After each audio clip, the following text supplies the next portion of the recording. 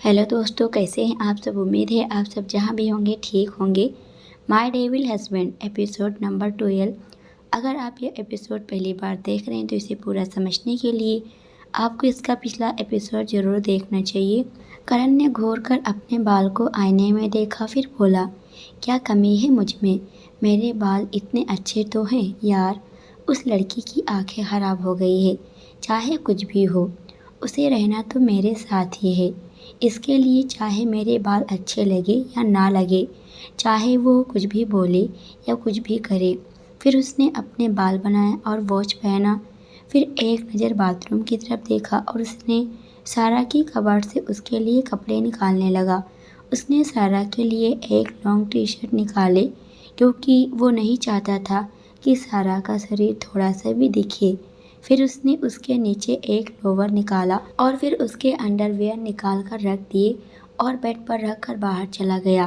कुछ देर बाद सारा बाथरूम से बाहर आई तो देखी कि बेड पर उसके कपड़े रखे हुए थे। कपड़े देखकर सारा का मुंह बन गया और वो समझ चुकी थी कि ये कपड़े ज़रूर करण ने ही निकाले थे। ऐसी बात नहीं थी कि सारा को शर्म नहीं आ रही थी, क्योंकि जब वो घर पर थी तभी वो बहुत आलसी थी और उसके कपड़े उसकी माँ, भाई, पापा या भाभी भी निकाल दिया करती थी। उसे बिल्कुल भी शर्म नहीं आती थी।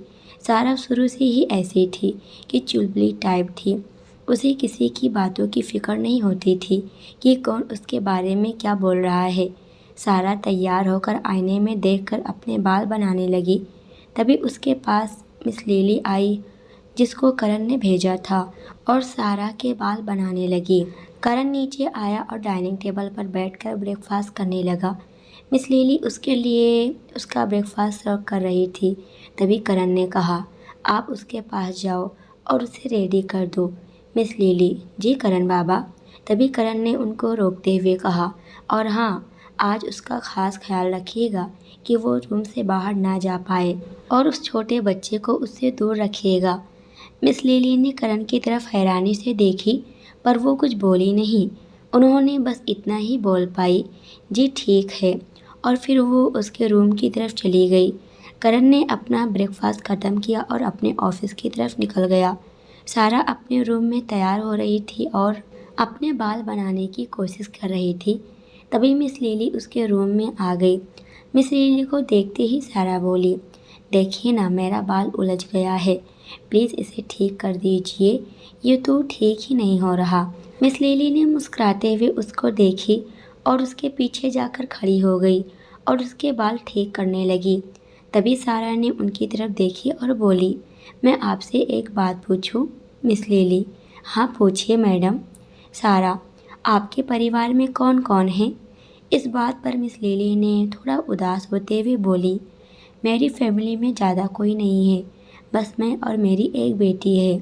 और आपके पति, वो कहाँ रहते हैं? मिस लिली, वो इस दुनिया में नहीं है। सारा, ओ सॉरी, मुझे नहीं पता था, इसलिए मैंने पूछ लिया, मुझे माफ़ कर दीजिए। मिस लिली, अरे नहीं नहीं सारा मैडम, आपको सॉरी बोलने की कोई ज़रूरत नहीं है। आपको नहीं पता था तो आपने पूछ लिया, इसमें कोई बड़ी बात नहीं। फिर मिस लिली ने सारा के बाल बना देती हैं। उन्होंने आज सारा के बोलने पर ही उसकी 2 चोटी कर दी थी, जिसमें वो काफ़ी ज़्यादा क्यूट और प्यारी लग रही थी। सारा फिर मिस लिली के साथ बाहर जाकर खाना खाने की जिद करने लगी।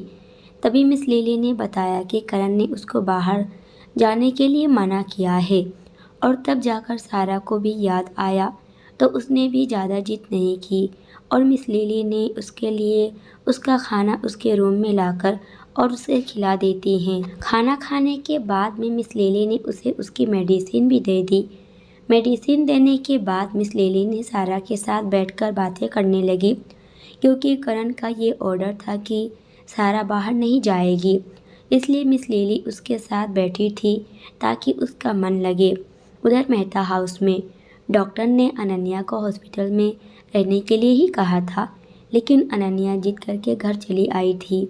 घर के बाहर 2 गाड़ी आकर रुकी और पहले गाड़ी में से नितिन जी और उनकी पत्नी बाहर आए और तुरंत पीछे वाली गाड़ी के पास गए, जिसमें मानव और अनन्या थे।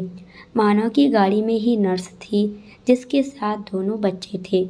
नितिन जी और उनकी पत्नी ने नर्स के हाथों में से दोनों बच्चों को अपने पास ले लिया।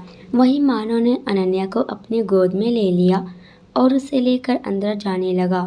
डॉक्टर ने अनन्या का ख्याल रखने के लिए कहा था, इसलिए नितिन जी ने घर पर ही डॉक्टर को आने के लिए कहा था।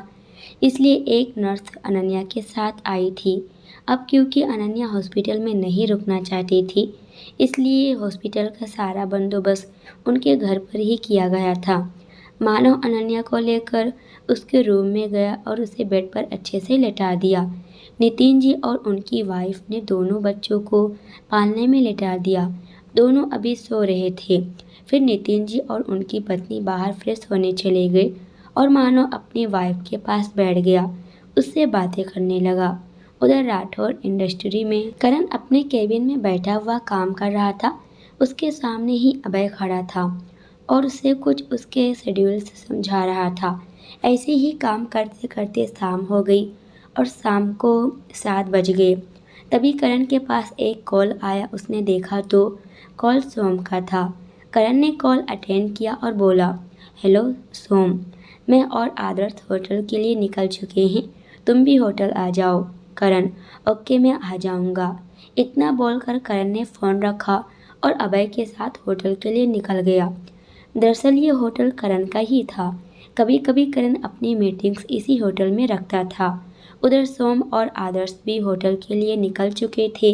ये करण का होटल बहुत बड़ा था। उस होटल में एक क्लब भी था जहाँ पर ज़्यादातर लोग बर्थडे पार्टी या कोई भी सेलिब्रेशन के लिए भी जाया करते थे। यहाँ पर और भी काफ़ी चीज़ों के लिए लोग वहाँ पर जाया करते थे। उसी में 2 लड़कियाँ आई हुई थी और दोनों आपस में बात कर रही थी। पहले, यार रूपा, सारा का कुछ भी पता नहीं चला, ऐसे कैसे हो सकता है? दिया, तुम दोनों उस पार्टी में गए हुए थे तो फिर वो कहाँ चली गई? रूपा अपने भरे हुए गले से बोली, पता नहीं दिया, हम दोनों एक ही साथ थे, पर अचानक से सारा पता नहीं कहाँ चली गई। मैंने उसे बहुत ढूंढने की कोशिश की बाद में भी, और वो मुझे नहीं मिली। ये दोनों लड़कियां कोई और नहीं बल्कि रूपा और दिया हैं। अगर आप सबको याद हो तो रूपा सारा की बेस्ट फ्रेंड है और दिया भी। ये तीनों एक साथ ही पढ़ती थी। लेकिन जिस दिन से सारा नहीं मिल रही थी, उसी दिन से रूपा काफ़ी ज़्यादा टेंशन में थी और दिया भी। इसलिए दिया उसको लेकर आज क्लब आई हुई थी कि शायद बाहर जाने से हो सकता है कि उसका मूड थोड़ा चेंज हो जाए और वो थोड़ा अच्छे से रहे और थोड़ा टेंशन कम करे, क्योंकि सारा के गायब होने के बाद से ही वो भी जैसे पागल हो गई थी। क्योंकि रूपा दिन भर रोती रहती थी और बोलती थी कि ये सब उसकी वजह से ही हुआ है। उस दिन वो उसको पार्टी में ना लेकर जाती, ना ये सब होता। जब सारा के साथ वो सब हुआ था, तब दिया वो अपने मम्मी पापा के साथ कहीं घूमने गई हुई थी। जब आई तो उसे सारा के बारे में पता चला और उसे काफ़ी ज़्यादा दुख हुआ। दोनों आपस में बात कर रही थी और क्लब के अंदर जा रही थी। तभी उन्होंने देखा कि वहाँ की लड़कियाँ खड़ी होकर मेन गेट की तरफ देख रही हैं। उन्होंने जब वहाँ पर देखी तो वहाँ से 2 हैंडसम लड़के आते हुए दिखाई दिए। दोनों ने बिजनेस सूट पहन रखे थे और उन दोनों के पीछे बहुत सारे सिक्योरिटी गार्ड थे जो उन्हें प्रोटेक्ट करते हुए चल रहे थे। कुछ पल के लिए तो रूपा और दिया उन दोनों लड़कों को देखते ही रह गई। आखिर वो दोनों थे ही इतने हैंडसम, क्यों ना जो देखे उनकी आंखें उन पर ही ठहर जाए। सभी उन दोनों को देख रहे थे, लेकिन उन दोनों ने रूपा या किसी पर भी ध्यान दिए बगैर सीधे आगे बढ़ गए और एलिवेटर के अंदर चले गए। सारी लड़कियां उनको देखकर मुंह खोलकर बस आहें भरती रही, लेकिन उन दोनों ने किसी को भी भाव नहीं दिया। तो वहीं रूपा और दिया भी अपने होश में आई और क्लब के अंदर चली गई। तो वहीं सोम और आदर्श सीधा टॉप फ्लोर पर चले गए और कुछ ही समय बाद करण भी वहां आया और सीधा ऊपर चला गया। उधर मेंशन में आज सारा को नींद ही नहीं आ रही थी और मिस लिली कब से उसे सुलाने की कोशिश कर रही थी। तभी सारा बोली, प्लीज़ मुझे बाहर ले चलो, मैं कब से इसी घर में बैठे बैठे बोर हो गई हूँ। मिस लिली ने सारा को समझाते हुए बोली, नहीं, आप बाहर नहीं जा सकती, करण बाबा ने आपको बाहर जाने के लिए मना किया है, वो फिर मुझे डांटेंगे। सारा, तो प्लीज़ आप अतुल को मेरे पास ले आओ। मिस लिली, सारा मैडम, करण बाबा ने आपको अतुल के साथ रहने के लिए मना किया है। सारा, उन्होंने मुझे सिर्फ उसे टच करने के लिए मना किया है, उसके साथ खेलने के लिए नहीं। प्लीज़ आप उसे मेरे पास ले आओ। मैं उसे टच नहीं करूँगी, सिर्फ दूर से ही खेलूँगी। प्लीज़, मेरा मन नहीं लग रहा है। सारा के बार बार जिद करने पर मिस लिली ने हार मानते हुए बाहर जाना ही ठीक समझी और वो अतुल को लेने चली गई। उनके बाहर जाते ही सारा के चेहरे पर जीत वाली स्माइल आ गई और वो बोली, बहुत डर लिया मैंने तुमसे मिस्टर राक्षस। अब तुम देखो मैं क्या करती हूँ। अब मैं वही करूँगी जो करने के लिए तुम मुझे मना करोगे। फिर तुम मुझे खुद मेरे घर भेज दोगे। वैसे तुम मुझे मेरे घर नहीं भेजोगी। अब तुम देखो सारा का कमाल। अगर सारा तुम्हें पागल नहीं कर देगी तो मेरा नाम सारा मेहता नहीं। अब ऐसा ऐसा मैं करूँगी कि तुम खुद ही मेरे से डरोगे। इतना बोलकर वो चेंजिंग रूम की तरफ चली गई और करण के कपड़े देखने लगी। फिर वो अपने हाथों में एक कटर लेकर आई और उसके चेहरे पर एक शैतानी स्माइल आ गई और इतना बोलकर सारा हंसने लगी। फिर उसने उस कटर को लेकर अपने हाथ में लेकर करण के चेंजिंग रूम की तरफ चली गई और उसका कबाड़ खोलकर देखने लगी। सारा उसमें से करण का एक बिजनेस सूट निकाली और उसे जाकर बेड पर रख देती है। ऐसे ही एक एक करते करते उसने उसके बहुत सारे सूट निकाले और बेड पर रख देती है। बेड पर रखने के बाद वो उसका कबर्ड बंद करके आई और बेड पर बैठ गई और उन कपड़ों को देखकर स्माइल करने लगी। फिर उसने करण का एक शर्ट उठाई जो कि ब्लू कलर का था और उस शर्ट को देखने लगी। फिर उसने वो शर्ट पहनी और आईने में जाकर खुद को देखने लगी। अपने आप को आईने में देखते हुए वो बोली, यार ये शर्ट तो मुझ पर बहुत अच्छी लग रही है। एक काम करती हूँ, इसको अपने कबाड़ में छुपा देती हूँ कि वो राक्षस इसे ढूंढ ना पाए। बाकी सबका तो मैं ऐसा काम करूँगी कि वो उन कपड़ों को पहनकर वो कहीं भी मुंह दिखाने लायक नहीं बचेगा। उसने उस शर्ट को उतारी और ले जाकर अपने कबाड़ में छुपा देती। फिर वो बेड पर आई और उसके और कपड़े देखने लगी। उसके कपड़े देखते देखते उसकी नज़र एक ट्राउज़र पैंट पर गई। उसने उस पैंट को उठाई और देखने लगी।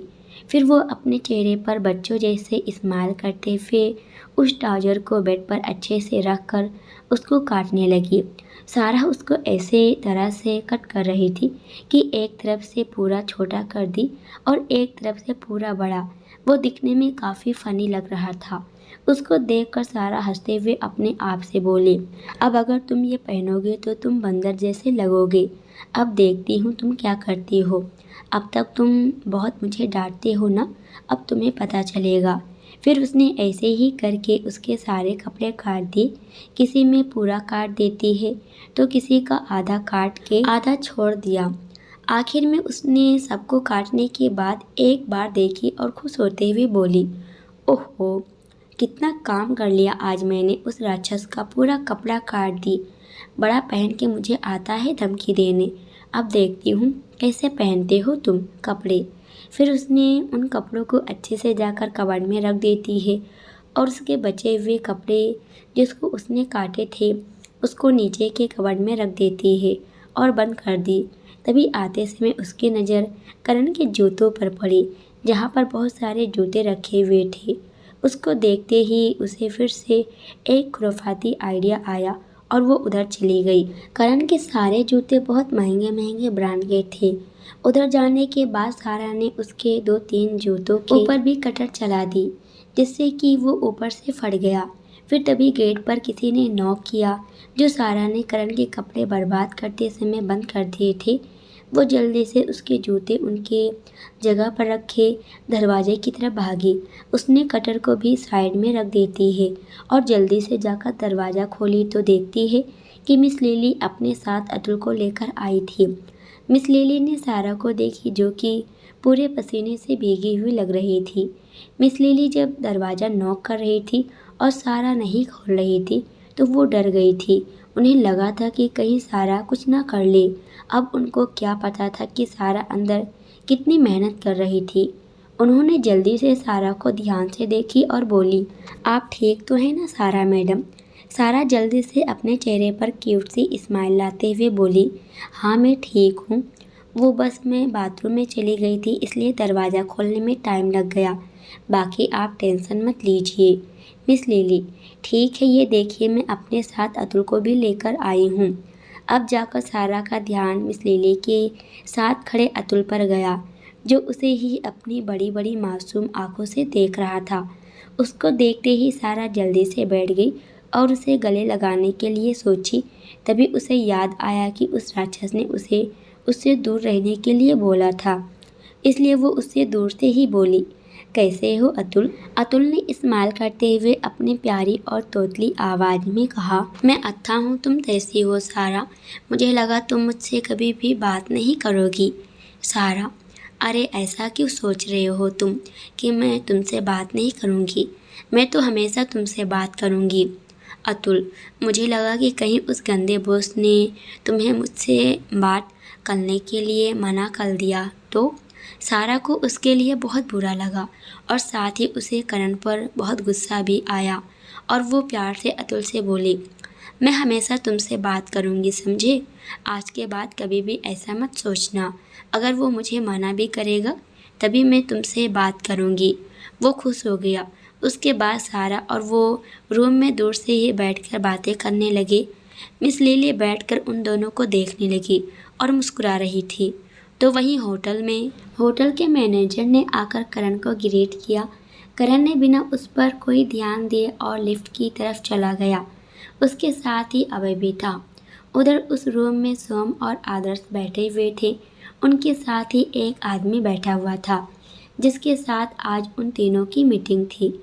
इस व्यक्ति का भी बिजनेस में नाम काफ़ी अच्छा था। इसके साथ ही वो अंडरवर्ल्ड में शामिल भी था। सोम, तो क्या तुम हम लोगों के साथ ये डील नहीं करना चाहते हो?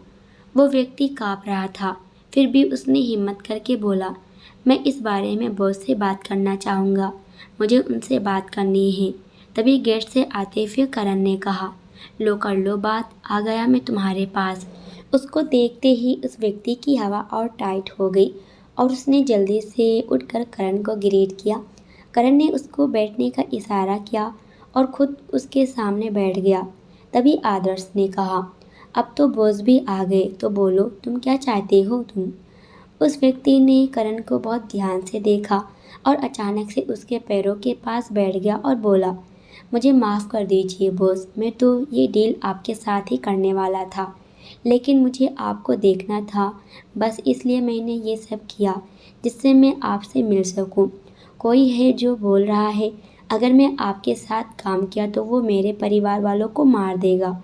सच में मैं बहुत डर गया था और हमेशा से आपके साथ ही काम करना चाहता था, इसलिए मुझे ऐसा करना पड़ा कि वो डील मैं आपसे नहीं कर सकता, ताकि खुद आप मुझसे मिलोगे और मैं आपको सारी बात बता दूंगा।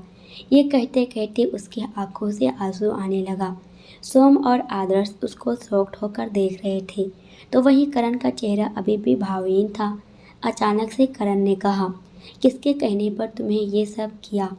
वो व्यक्ति ने अपने आंखों में पछतावे और आंसू को साफ करते हुए बोला, आहान रॉय के कहने पर बॉस, मैं आपके लिए काम करना चाहता हूँ। मुझे माफ़ कर दीजिए और मुझे एक मौका दीजिए कि मैं आपके साथ काम करूँ। करण ने उसके चेहरे को देखा और बोला, ठीक है, मैं तुम्हें मौका दूंगा मेरे साथ काम करने के लिए, पर पहले मुझे ये डील चाहिए। वो व्यक्ति, ज़रूर मैं ये डील आपके साथ ही करूँगा। करण के चेहरे पर एक बाजी जीतने वाली स्माइल आ गई और वो बोला, अब इस आहान रॉय का कुछ करना पड़ेगा। टाइम के साथ साथ कुछ ज़्यादा ही बड़े बड़े काम करने लगा है, इसे इसकी औकात दिखानी पड़ेगी।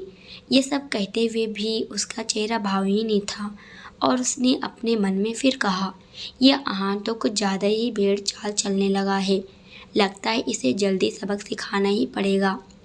दरअसल ये डील एक ऐसी प्लॉट की थी जो दिखने में तो बंजर बेकार लग रही थी, पर वो काफ़ी काम की प्लॉट थी।